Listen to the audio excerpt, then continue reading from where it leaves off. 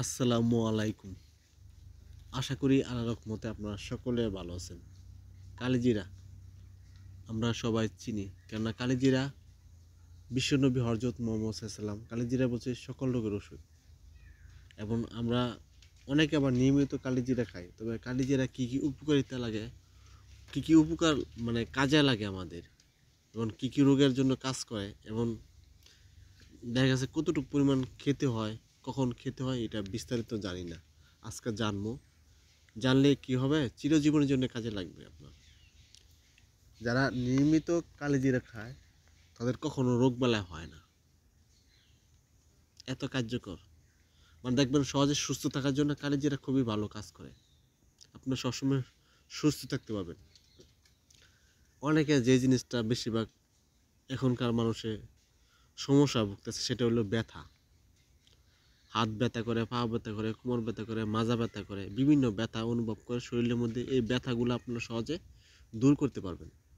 এবং হাড় খেয়ে গেছে ব্যথা করে, এই ব্যথাগুলো আপনারা সহজে দূর করতে পারবেন যদি আপনি নিয়মিত কালিজিরা খান, আর শরীরে কখনো ব্যথা করবে না।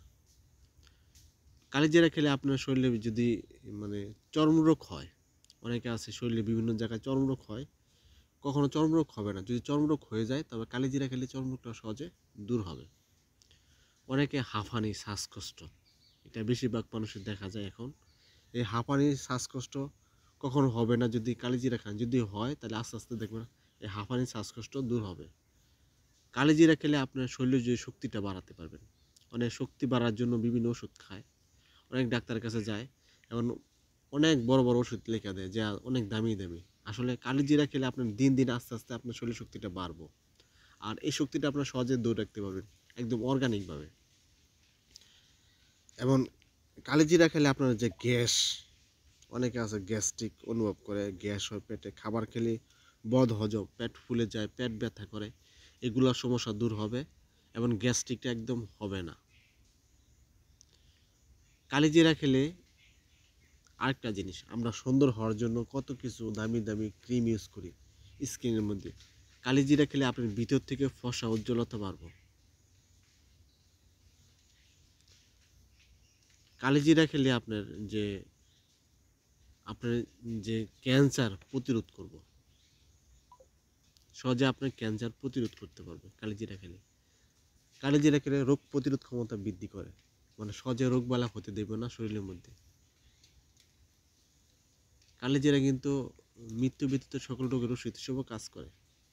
এর জন্য খাবার তালিকায় আপনি কালিজিরা রাখবেন, খাবেন, নিয়মিত খাবেন, প্রতিদিন চেষ্টা করবেন খাওয়ার জন্য। কতটুকু পরিমাণ খাবেন আপনারা সবসময় চেষ্টা করবেন 1 চামচ পরিমাণ খাবেন। অতিরিক্ত কোনো কিছুই খাওয়া ভালো না। সবসময় 1 চামচ পরিমাণ খাবেন। 1 চামচ পরিমাণ খেলে ইনশাল্লাহ আশা করি আপনি উপকার পাবেন। আর প্রতি মাসে যে মা বোনরা যে প্রতি মাসে যে অসুস্থ হয়, অনেকে আছে এই অসুস্থরা নিয়মিত হয় না, প্রতি মাসেরটা ক্লিয়ার হয় না, 1.5 মাস, 2 মাস, 2.5 মাস হয়ে যায়। প্রতি মাসে যে মাসেরটা ক্লিয়ার হয় না, যদি কালিজিরা খান প্রতি মাসেরটা ক্লিয়ার হবে। এবং আরেকটা বড় সমস্যা মা বোনরা, সেটা হলো সাদা সাপ আসে। সাদা সাপ কিন্তু একটা খুবই খারাপ রোগ।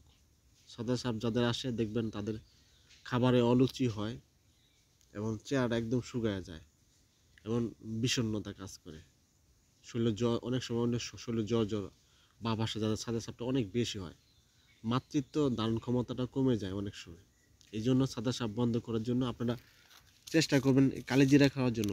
আপনার 1 চামচ পরিমাণ প্রতিদিন খাবার তালিকা রাখবেন। আপনার 1 সপ্তাহ মতো খেয়ে দেখেন, দেখবেন সাদা সাপ বন্ধ হবে।